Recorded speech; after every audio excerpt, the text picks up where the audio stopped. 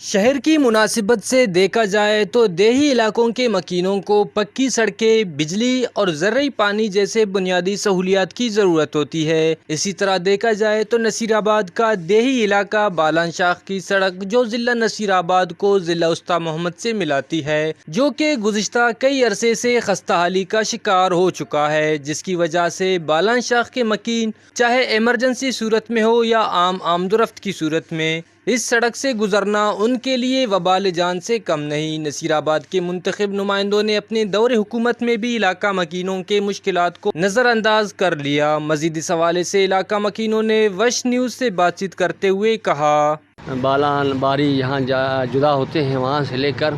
اس road تک جو ہے سارا روڈ کئی سالوں سے انتہائی ٹوٹ کا شکار ہے، اور روڈ کے ٹوٹ شکار سے جو ہے کافی مریضوں کو، دفتر پہ آنے والے لوگوں کو، ملازمی طبقہ کو، کاروباری لوگوں کو جو اپنا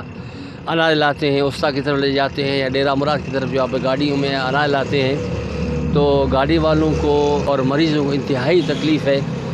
ہمیں بڑا دکھ سے کہنا پڑتا ہے کہ وہ ایک سال سے نہیں، 6 مہینے سے نہیں، کافی سالوں سے روڈ جو ہے ٹوٹ کا شکار ہے۔ سننے میں آیا کہ وہ بنے گا پتہ نہیں یہ کب بنے گا۔ ابھی تو منتخب نمائندے نہیں رہے،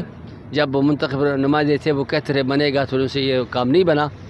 امید رکھتے ہیں کہ یہ آنے والے دنوں میں یہ روڈ سڑک بنے گی اور لوگوں کو سہولت مل جائے گی۔ علاقہ مکینوں کا کہنا تھا کہ سابقہ منتخب نمائندوں سے بالان شاخ کے مکینوں کو کچھ فائدہ حاصل نہیں ہوا، مگر آنے والی حکومت سے علاقہ مکین بالان شاخ اور اس سے ملکہ علاقوں کے لیے پکے سڑکوں جیسے بنیادی سہولیات کی امید لگائے ہوئے ہیں۔ کیمرہ مین معشوق رند کے ساتھ ریاض بلوچ، وش نیوز، نصیر آباد۔